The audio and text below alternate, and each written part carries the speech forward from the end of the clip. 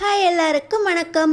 நம்ம சின்ன மருமகள் சீரியலில் நம்ம தமிழ்ச்செல்வி போஸ்ட்மார்ட்டம் ரிப்போர்ட்டை படிக்கும்போது அந்த போஸ்ட்மார்ட்டம் ரிப்போர்ட்லேருந்து நம்ம தமிழ்ச்செல்விக்கு அது சக்தி அண்ணாவோட உடம்பே இல்லை அப்படிங்கிற மாதிரி ஒரு க்ளூ ஒன்று கிடைக்குது.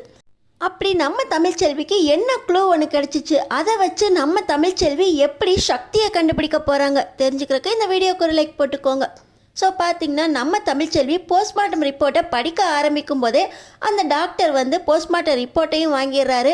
நம்ம தமிழ்ச்செல்வி அவங்க ஃபோனில் எடுத்த ஃபோட்டோஸ் எல்லாத்தையுமே எரேஸும் பண்ணிடுறாரு. ஆனாலும் நம்ம தமிழ்ச்செல்வி அந்த போஸ்ட்மார்ட்டம் ரிப்போர்ட்டை படிக்கும்போது அதில் கையில் வெட்டுக்காயம் இருந்ததாக படிக்கிறாங்க. நம்ம தமிழ்ச்செல்விக்கு ஒரு தடவை சக்தி அண்ணா ஜூஸ் வாங்கி கொடுக்குறாங்க. அப்போ வந்து இடது கையில் தான் வாங்கி கொடுக்குறாங்க. என்னென்னா வலது கையில் கொடுக்காம இடது கையில் கொடுக்குறீங்களே அப்படின்னு சொல்லும்போது, எனக்கு ரீசெண்டாக அடிபட்டுச்சுமா, அதனால் கையில் பிளேட் வச்சுருக்காங்க, இந்த கையில் ரொம்ப வெயிட்டே தூக்க முடியாதுன்னு சொல்லியிருக்காங்க. சரி கொஞ்ச நாளைக்கு வெயிட்டு தூக்காமல் இருக்கலாமேன்னு பார்த்தா ஒரு கிளாஸை கூட என்னால் பிடிக்க முடியல அப்படின்னு நம்ம தமிழ்கிட்ட சக்தி அண்ணா சொன்னது ஞாபகம் வருது.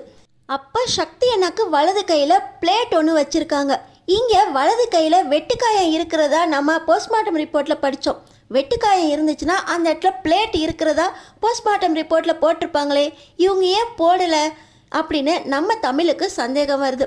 இருந்தாலும் அதை நிரூபிக்கிறதுக்கு இப்போ அவங்கள்ட்ட எந்த ஒரு ஃபோட்டோவோ போஸ்ட்மார்ட்டம் ரிப்போர்ட்டோட ஃபோட்டோவோ எதுவுமே இல்லையே.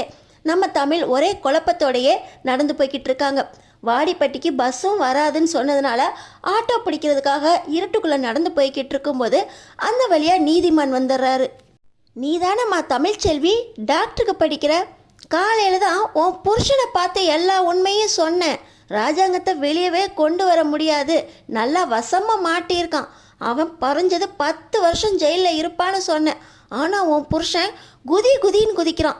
சரி உன் புருஷன்தான் அப்படி இருப்பான்னு பார்த்தா நீ என்னமோ உன் ஆஸ்பத்திரியில் சக்தியோட போஸ்ட்மார்ட்டம் ரிப்போர்ட்லாம் வாங்கி படிச்சுக்கிட்டு இருந்தியா.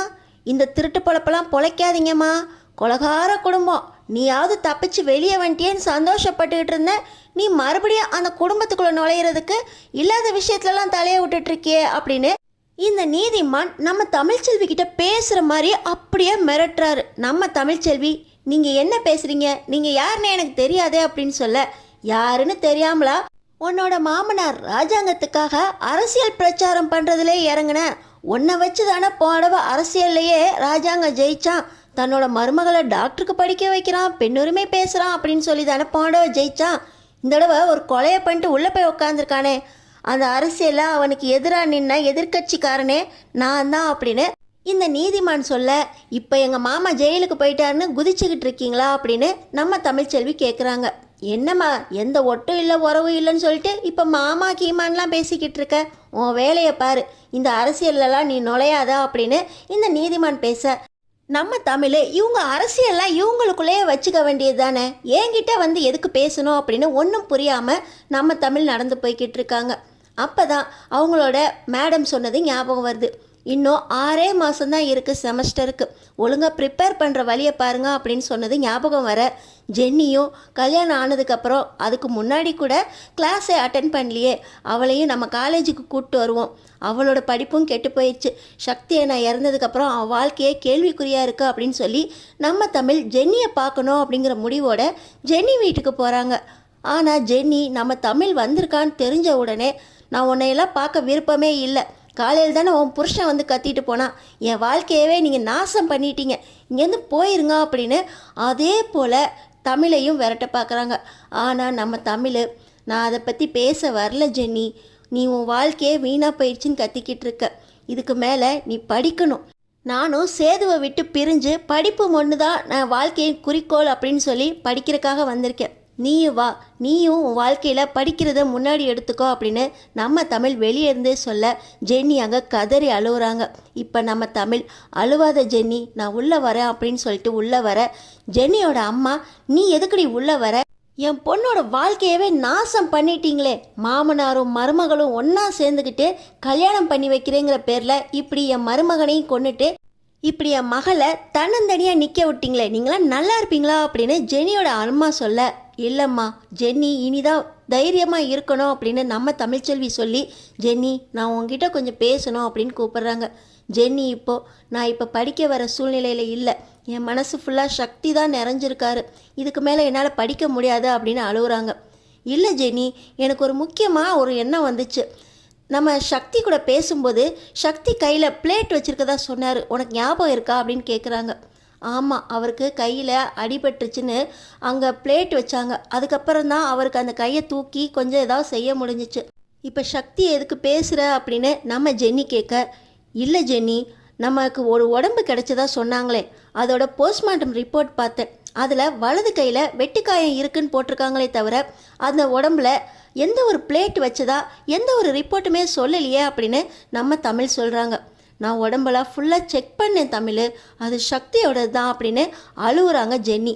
இல்லை ஜென்னி, இல்லவே இல்லை, வலது கையில் பிளேட் இருக்குது அப்படின்னா போஸ்ட்மார்ட்டம் ரிப்போர்ட்டில் எல்லாமே குறிப்பிட்டிருக்கணுமே, அந்த மாதிரி எதுவுமே இல்லையே. போஸ்ட்மார்ட்டம் ரிப்போர்ட்டில் வலது கையில் வெட்டுக்காயம் இருக்குன்னு தான் போட்டிருக்கே தவிர பிளேட் வச்சதா எந்த ஒரு குறிப்பிடவே இல்லையே அப்படின்னு நம்ம தமிழ் சொல்கிறாங்க. நீ இப்போ என்ன சொல்ல வர, அந்த உடம்பு சக்தியோடதே இல்லையா, என் சக்தி உயிரோடு இருக்கானா அப்படின்னு ஜென்னி கேட்குறாங்க. எனக்கும் அது சந்தேகமாக தான் இருக்குது. உடம்புல கூட தலை இல்லையே, அதையே சக்தியோடது இல்லாமல் இருக்கலாம் அப்படின்னு நம்ம தமிழ் கேட்க, நீ சொல்கிற வார்த்தை மட்டும் உண்மையாக இருந்துச்சுன்னா அதை விட சந்தோஷப்படுற ஆள் வேற யாரும் இருக்கவே முடியாது. ஆனாலும் அந்த உடம்புல சக்தி போட்டிருந்த அருணா கயிறுலேருந்து அவரோட மோதிரத்துலேருந்து எல்லாமே சரியாக இருந்துச்சு, அவரோட தழும்புகள் நான் கவனிச்சேனே 1-2 இருந்துச்சு அப்படின்னு சொல்ல, இல்லை ஜென்னி, சின்ன சின்ன தழும்புகள் கூட ஏதாவது வரைஞ்சு உன்னை ஏமாத்திருக்கலாம், இப்படி கூட யோசிச்சு பாரு, நீ ஒரு மெடிக்கல் ஸ்டூடெண்ட் தானே அப்படின்னு சொல்லி நம்ம தமிழ் கேட்க, ஆமாம் ஜென்னி, அது சக்தியோடது இல்லாமல் இருந்திருந்தா எங்கள் அப்பா ஏன் அது சக்தியோடது தான் அப்படின்னு அடையாளம் காட்ட சொன்னார். நீதிமான் கூட எங்கள் அப்பாவுக்கு நிறைய ஹெல்ப் பண்ணி அவர் தான் அப்ரூவராக சொல்லியே சொன்னார் அப்படின்னு சொல்ல, யார் நீதிமானா, நீதிமானுக்கும் உங்கள் அப்பாவுக்கு என்ன சம்மந்தம் அப்படின்னு நம்ம தமிழ் கேட்குறாங்க. 2 பேரும் ரொம்ப க்ளோஸ் ஃப்ரெண்ட்ஸ். எங்கள் அப்பா சக்தி இறந்ததுக்கப்புறம் அவருக்கு தான் ஃபஸ்ட்டு சொன்னாங்க, சக்தியாக தான் இருக்கும் அப்படின்னு என்னை கூட்டிகிட்டு போனதே நீதிமான் தான் அப்படின்னு இப்போ ஜென்னி சொல்ல, ஓஹோ, அதுக்கு தான் நீதிமான் என்னை வந்து மிரட்டிட்டு போனாரா அப்படின்னு கேட்க, அப்போ இந்த சதி வலையில் நீதிமானுக்கும் சம்மந்தம் இருக்குது ஜென்னி அப்படின்னு நம்ம தமிழ் சொல்கிறாங்க. இப்போ பார்த்தீங்கன்னா ஜென்னியோட அம்மா அங்கேருந்து வராங்க. எதுக்கு நீதிமான் பற்றிலாம் பேசிக்கிட்டு இருக்கீங்க, அவரை பற்றி எதுக்கு பேசுகிறீங்க, படிக்க வைக்கிறேன்னு தானே கூப்பிட வந்த, நீ அதை மட்டும் பேச வேண்டியதானே அப்படின்னு இப்போ ஜென்னியோட அம்மா பேச, ஜென்னிக்கு பயங்கர கோபம் வந்துடுது.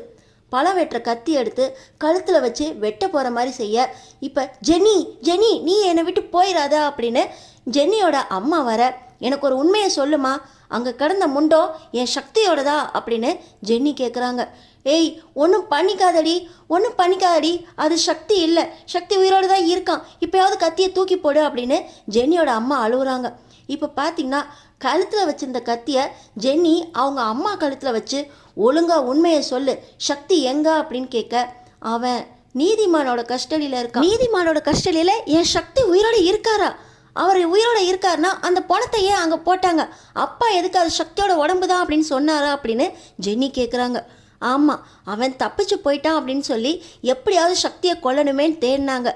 ராத்திரி கடந்துக்கிட்டே இருந்துச்சு, சக்திக்கு பதிலாக வேறொரு பணத்தை போட்டுருவோம் அப்படின்னு ஐடியா கொடுத்ததே நீதிமான் தான். இதெல்லாம் நடந்து முடிஞ்சு நீயும் சக்தி தான் அப்படின்னு அந்த முண்டத்தை அடையாளம் காட்டினதுக்கப்புறம் தான் அந்த நீதிமானுக்கு சக்தியே கிடைச்சான். சக்தி அரை மயக்கத்தில் ஒரு புதருக்குள்ளே தான் கிடைச்சான். அவனுக்கு ட்ரீட்மெண்ட் கொடுக்குறேன்னு சொல்லி நீதிமான் கூப்பிட்டு போனார்.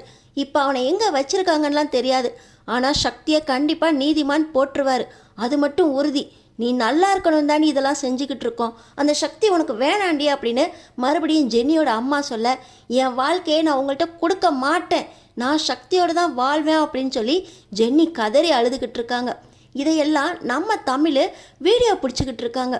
என்ன தமிழ், என்ன பண்ணிக்கிட்டு இருக்கா அப்படின்னு ஜென்னி கேட்க, இல்லை சக்தி உயிரோடு இருக்கான், உனக்கு தருவு கிடச்சிருச்சு, ஆனால் என்னோட மாமா எந்த ஒரு தப்புமே பண்ணாமல் ஜெயிலில் இருக்கார், அவர் கொலை பண்ணல, எல்லா தப்பையும் செஞ்சது உன்னோட அப்பாவும் அந்த நீதிமானும் தான், அவங்க ஜெயிலுக்கு போகணும், இந்த வீடியோ ஆதாரம் அதுக்கு உதவும், இந்த வீடியோ ஆதாரத்தை போலீஸ்கிட்ட கொடுக்க வேண்டியது என் பொறுப்பா அப்படின்னு சொல்லி நம்ம தமிழ், ஜென்னி நீ இவங்க கூட இருக்காத, எப்படி இருந்தாலும் நீதிமான் இந்த உண்மை உனக்கு தெரிஞ்சிருச்சுன்னு சொல்லி உன்னை கூட கொல்ல வருவார், நீ என் கூட வந்துடு அப்படின்னு சொல்லி நம்ம தமிழ் அந்த வீடியோவையும் ஜென்னியையும் கூட்டிக்கிட்டு வீட்டிலேருந்து கிளம்புறாங்க. ஜென்னியோட அம்மாவையும் கட்டி போட்டுடுறாங்க. ராஜாங்கம் வெளியே வர்றதுக்கு நம்ம தமிழ் கையில் இருக்க அந்த வீடியோ போதும்னு நினைக்கிறவங்க நம்ம சேனல் சப்ஸ்கிரைப் பண்ணி தொடர்ந்து பாருங்கள்.